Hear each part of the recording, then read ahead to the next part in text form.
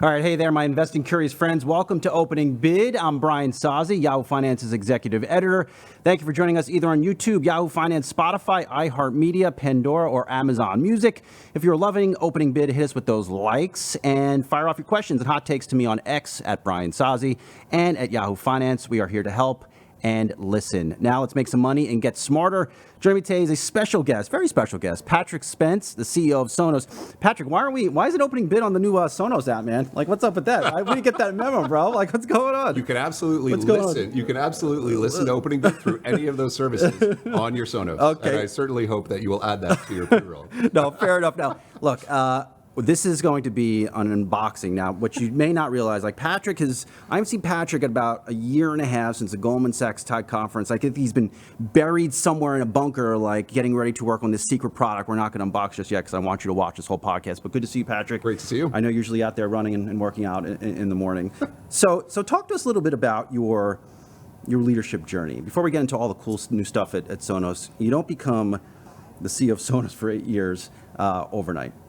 Yeah, so I really think it goes back to the early days, and I had a lot of formative experiences in team sports where I really learned the lessons of leadership. And I often tell people that's what I kind of employ every single day is, you learn how to get along with your teammates and your colleagues, difficult, sometimes challenging times, you're kind of working towards a goal. And then I had the opportunity to be captain, eventually be a coach of some teams, and you learn how to kind of bring it all together and get people on the same page. And what did you play? I played basketball, volleyball. I'm from Canada, so hockey for a little bit. I played soccer. I pretty much played every team sport that you could. And I played all the way through university volleyball, actually. And so I've played at a high level. I've coached at a pretty high level as well. And you have to be able to figure out how to bring people together towards a common goal. And I feel very fortunate because I've been able to kind of marry that with something else that I'm very passionate about, which is technology, because in second grade, the elementary school that I was at was lucky enough to get a Commodore PET computer. And I fell in love. I remember that. I mean, you're a little old. I mean, not much. But I remember that Commodore came in. Oh, yeah. Like, it was like the black screen was like green type. Green text. This is insane, man. Like, what the hell is this It was thing? huge. I mean, people would be laughing at us to see if we were using it today. Yeah. But it was so amazing to me, and just the promise and the potential of technology. And so kind of marrying those two things along the way, I just had the opportunity to start at Blackberry when there were 150 people. There was no Blackberry. And what I found there is it's very similar to being on a team and trying to figure out how you're going to be successful, compete. Often we were the underdog in team sports. We were clearly the underdog, being a small Canadian company that was trying to take on the world and invent the smartphone. Well, it ruled the world for a moment. I want to get into a little bit of that at some point. Right. So, and then I had the opportunity to, lead teams at work and kind of take those things on. And it had many of the same kind of traits that being on a sports team does. And so I feel like all of that serves me very well every single day, because this is all about us coming together and ideally being able to achieve something that no one thought was possible, but as a group.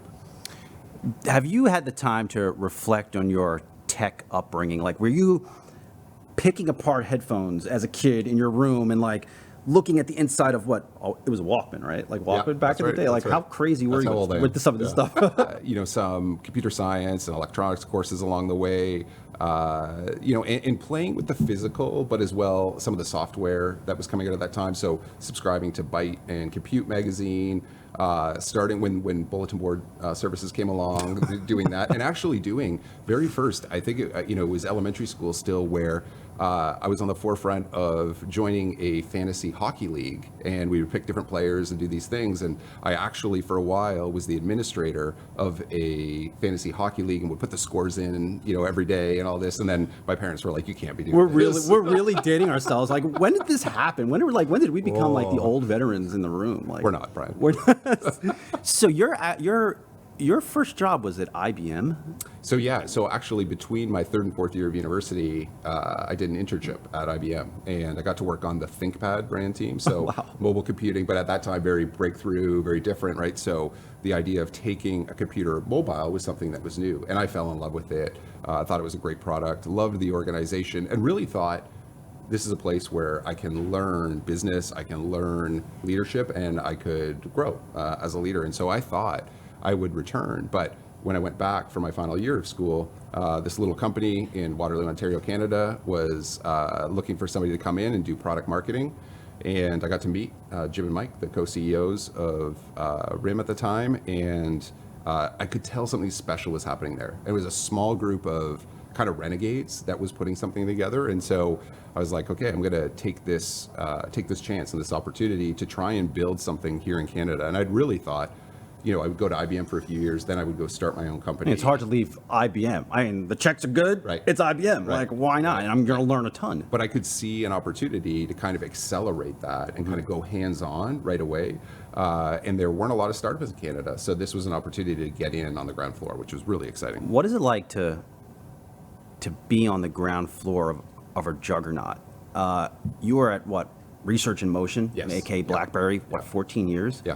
So you saw literally the start of this and close to the end of it. What was it like those first couple of years when like the whole world is using a BlackBerry? Well, it wasn't quite like that. So this is the funny thing, is that in hindsight, you think about these things and you're like, wow, that was amazing. We had 80 million daily active users at one point. I think we had a $80 billion market cap at one point, right? But at this point, we're, I think sub-billion-dollar market cap. We're just trying to squeeze out every pager. We're doing pagers at this point that we can, and trying to share our vision with the world. So it was fun. One of the first things that I ended up doing was coming here to New York and introducing BlackBerry to the banks and brokerages here. And very quickly you could see that it was going to be extremely popular with people here because, the information and how quickly you could move information back and forth was everything. So you could be connected as you were going to lunch or going to go even to, a kid's event or something like that. But what I would do, just so you understand, like the early days of a startup, is I would go and physically install software on the computer for, let's say, a managing director at an investment bank, and also their secretary, so that the two of them could communicate. Oh my God. And once the two of them could communicate, they absolutely loved it because they both became more efficient. They could always get a hold of each other. Then they would start to tell everybody else inside the company. So you were the they one need to get responsible for making BlackBerry popular on Wall Street. I was. I mean, you were the guy. I did the first Holy cow. first big deal, which our first big deal was with Merrill Lynch for 1,000 BlackBerries, and I think our stock price on that day went up 50% or something crazy. Thank for you, Patrick 1,000 Spencer. BlackBerries. You're the 1,000 man. BlackBerries. It was incredible. And then did the next biggest one, which at that time was 5,000 BlackBerries to Citigroup Solomon Smith Barney. So Wow. yeah. Pager fun fact. We'll keep the age thing going on. 143 on the pager meant I love you. Sorry. My ex-girlfriend at the time got me a pager. She paid the bill. I'm like, wow, this is crazy. I was like 17 and they put like 143. I'm like, what the hell does that mean? I mean, I love you. I don't know. It's kind of cool. But I think the one thing I would say is that you never, when you're in it, you never really understand if it's a juggernaut or not, because you are trying to make progress and you're trying to, when you're in it, you're trying to just make it work, right? And you're trying to bring this thing out and you're working so hard. And what I remember is everybody working so hard to bring it to the world and everybody being so passionate about building something great, and just the sense of teamwork around all of that was absolutely incredible. But again, it meant there was a point where myself and I think it was 3 or 4 of our interns went all across the United States and physically updated pagers because there was a daylight savings time bug. So we had to go physically update about 10,000 pagers that were in warehouses all across the United States, variety of back alleys and different places that had these units. We would go in, plug them in the computer, update them and do it. And so I also think oftentimes it's viewed as very glorious of these things, but it means busting your like ass off. getting into the details. It means just doing what it takes to make sure that this is going to be successful. And that's what I love. I love that aspect, and we have it at Sonos of just getting in there to make sure that it's going to happen. And I love working with a group of people that care more about what it is that they're building, because these things are really hard to build. And so it was absolutely exciting. I got a chance to sell the first BlackBerries to Wall Street. I had a chance to open Asia Pacific for BlackBerry as well and bring it to all the countries of Asia Pacific, and then go and lead our Europe, Middle East, Africa business as well. And so I had a chance to work in, I think, over 160 different countries around BlackBerry. And so it was amazing experience to be able to see that and get to work with a variety of people from all walks of life, which was amazing. I just want the record to show that I and my brother Gary really liked the Storm. When it came out, there was just something kind of cool about it. It was like square, and you pressed the Storm, for you younger folks out there, was a BlackBerry's initial smartphone. You pressed down, it made a cool like tapping noise.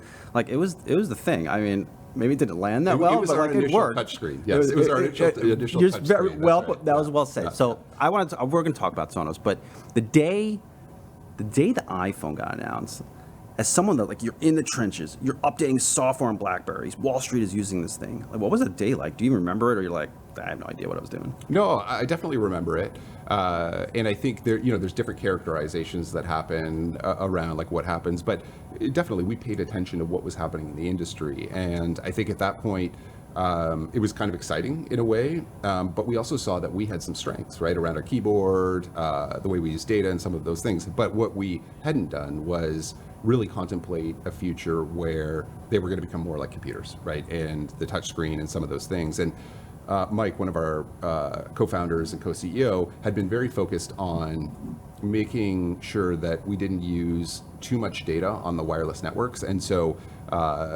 he didn't have an appreciation for how much the wireless networks, like the AT&T and Verizon's, wanted to be putting video and internet traffic over those networks, and were willing to invest in those networks. And so, so we were focused on more text and data and some of these things, and then really it moved to more internet, video, music, some of these things. And so at first, and you can see this in BlackBerry results and stock price, it was a good thing for the first year and a half as we were really neck and neck. But then over time, obviously, we didn't continue to innovate, and we didn't continue to build on what made BlackBerry special. So Storm was a great example of responding, because Verizon was willing to write us a big check because they wanted to respond to AT&T and the iPhone. And we really compromised a number of product, experience principles, I would say, with that product. Well, Storm fan here. I still remember using it. It worked fine for me. I just wanted to let the record show. I'm not just telling you that because you're sitting next to me, Patrick Spence. Really, if you're watching Opening Bid on our streaming platforms, we're heading for a quick break. Everyone else, stay with us. We are still rocking our 24 minutes for Opening Bid as usual. Let's talk some Sonos, because during the pandemic, we talked to you throughout the pandemic. Yep.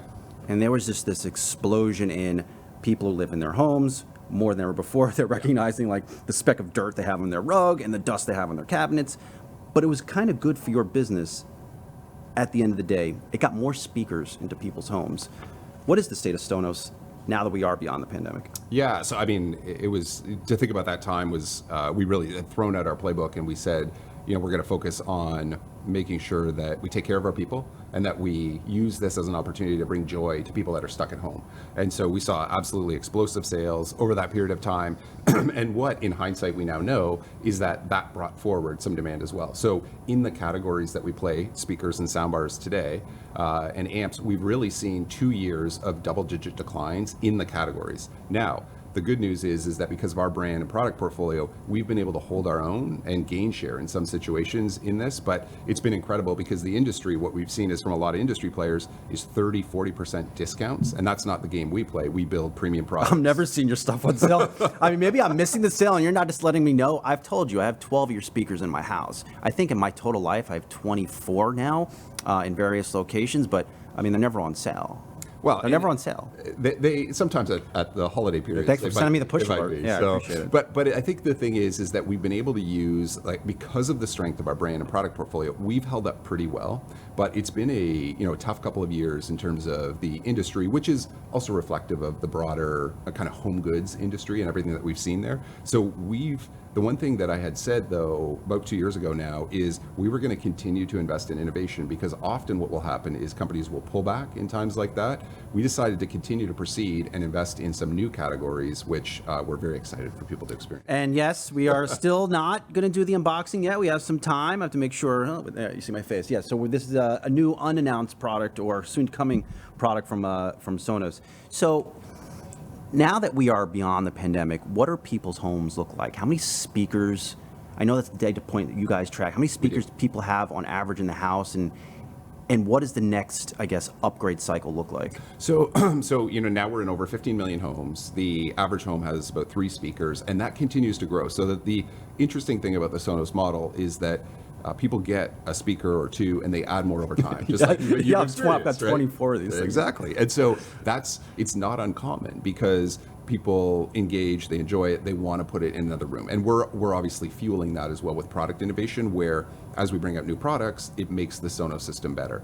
And so we have not seen, even from our cohort, our first cohort from 20 years ago, continues to add more Sonos products to their system. So I think a lot less about upgrades. We do get that where people will upgrade older products. But what I'm proud of is the fact that we have so many people that have had their Sonos products for 10, 15 years. And because we do that and their faith in Sonos, they will add other rooms at the end of the day. And so what we do is try to make it easy for them to add the Roam speaker if they want one for going to the beach or going to the park, or the Move if they want something for their backyard, right? Or Arc if they need something for their living room. So we work on trying to make sure we have products that fit all the different use cases of someone's life and make sure they work really well together. Is the housing market the driver of Sonos? You know, we've looked for every macro kind of indicator to see if there's anyone that we can tie a tight correlation to. There's obviously a logical belief that that would help in times where people are spending more time at home. We've seen that. You can't directly tie it, but I do believe that, you know, if housing picks up more, we would expect to see that. But you never know with the consumer, because consumers will shift their spending to travel and experiences, you know, and back to home goods. So we're always kind of watching that. What we focus on is what we can control, which is making sure that we're producing great products, trying to innovate, and making sure that people can find them in the right places. You know, we talked about in the past how tariffs and economic conditions impacted a company like Sonos. I'm going to name drop here because it is what it is. So we had a recent ability to talk to President Biden. Amazing. Really tremendous honor for me and the Yahoo Finance team. But it was after news on new tariffs on semiconductors against China, EVs, you name it. And on the other hand, you have President Trump floating potential tariffs of 10% across the board. How would that, either policy, I mean, how does this impact your business? Well, you and I talked a lot during the previous administration when there were tariffs being put in place, and we had all our production in China. Subsequently, what we've done is actually globalize our production. And so, you know, we still have a team and produce some products in China, but the products coming to the United States are not made in China. They're made in other parts in Southeast Asia. And I think you will find that a lot of consumer electronics companies probably have done that as well. And so it's not impacted in the same way, but it certainly, you know, it has an effect on, I would say, innovation and profitability in a way, in the sense that if companies have to go spend time on these things, there's a trade-off, right? Well, it takes away from other things. That's the thing. In the lead up to the election, as the CEO of Sonos, do you meet with your teams and say, what would the elasticity be if we have to raise prices 10%? Absolutely. Are those conversations happening now? Absolutely. We're always monitoring the situations to understand what geopolitical factors might impact our business, and trying to make sure that we're equating for that. But I do think between the previous administration, the tariffs that were introduced, the pandemic as well, is that everybody has also been working on making a more resilient supply chain, trying to create their companies so they can deal with more of these issues. And so I think it's going on inside every company across America. All right, so let's talk a little bit inside of what's in this box. So we're going to pick this apart. I used to be an analyst for 10 years. I'm going to try to do this if I was still an analyst. Talk to us about the color of this box. This is not a white box, right? This is soft white. Soft white. So just to give you an appreciation for how much work goes into what we do, you're going to find something inside that box that we took 26 different attempts at in terms of landing the actual color that we want. This box itself is 75% recycled materials. It feels like very premium. It does feel, has that recycled feel to it. But I'm not saying that's a bad thing. It's nice. Yeah, and it's very light. And so we're thinking about every aspect of it, how the zipper works, all of these things. How the zipper works? Absolutely. How does it work? Look, with this mechanism here, to be able to make it easy to actually open it up. Okay, don't show them what's inside yet. All right. Okay. All right. So we won't open it just yet. Okay, so I think we got the color, we got the zipper, which I didn't realize. This is a nice little thing. And why that shape? This is the right shape to be able to house a robust. Can I say the product? Yeah, absolutely, totally. The Sonos Ace headphones. So this gives it the kind of strength, but not being too heavy, to be able to support the headphones and make sure that they're going to be protected. And this is like something that you can easily throw in a purse or a backpack as well, and just make sure that these are a product that are going to withstand the next couple of years of use. So you'll be even more pleased with what's inside. Okay, so what's inside? First ever headphones from Sonos. Off the bat, Patrick, these are really light. Like, take us through how something like this even gets designed. People, I think consumers think, another pair of headphones, but like this is like real work to get this Oh my goodness. out into the market. You know, we have spent the number one product that customers have been asking us for are headphones. We've heard from tens of thousands of customers that have said, can you please bring everything you've learned, your great sound quality, all these things to headphones. And that's what we've really worked on over the past couple of years. And so the materials that we've chosen are critical. The first thing that I would call out, though, it has to be because it's Sonos, is sound quality. So whether you're listening to a spatial audio music track, or if you just want to shut out the world with ANC active noise cancellation, these set a new bar in the industry. But the second thing I would say, and you kind of experience it as you touch it, is the comfort and the materials that are here. So we've used really lightweight materials. We've used memory foam for these ear cups that also, come off. So if they need replacing as well, and those kind of things. And so we've made sure to think through, how do we provide something that is lightweight and comfortable and you can wear all day? So it's got 30 hours of battery life, even with ANC. And so you can wear these all day. And we've tested with hundreds and hundreds of people, from both men and women, to make sure that this is something that is going to adapt to their head, their ears, and everything. And so we are very proud of what we've been able to achieve on the comfort front, because all-day comfort is something that's been missing. I don't want sweaty earlobes, Patrick. Right, exactly. Like, this is not going to let me. It's not going to happen. But people also, will feel pain with their earrings, with other headphones, or the headband will be uncomfortable for wearing for too long. And we've addressed all of those with what we've built here. I mean, the Apple Max messes up my hair because they have that webbing. So I think my hair will be safe on this one. Okay. And you also see that there's an indentation here to make it easy for people to actually know how to put their headphones in here. But you will also see that there is this magnetic piece. It's very Sonos-ish. That helps proper placement of your headphones, but as well allows you to put a cable inside. So we provide a USB-C cable, so the USB-C charging, and also a 3.5 millimeter wire, so that if you want to plug it into an airport, on an airplane, or into another product, you can actually do that. You know where I can put my AirPods Max case or my charger in my bag somewhere, and I lose it. So thank you for that. So I'm going to go quick around the horn here with some questions that I'm just thinking as I'm listening to. Higher margin product? About in line with what we built today. Okay. Is it available for the holiday season? It is available starting June 5th. You can pre-order it today. Okay. What do pre-orders look like? We just started. Okay. All right, fair enough. Now, and lastly, how hard is it to get the components for something like this? It is. In this market where, supply chain challenges are still real. Absolutely, and they always are when you're trying to push the envelope on innovation. And so some of the material choices we've had, some of the plastics, some of the stainless steel button that we have here, for instance, these are things that we invent, we create, and then we need to find suppliers that are willing to do the work. And so it's a whole process of bringing it together. It's definitely easier than it was in the pandemic, but it still takes a lot of planning and a lot of co-development in order to create all of these parts and get them mass produced. Price? These will be $449. Okay.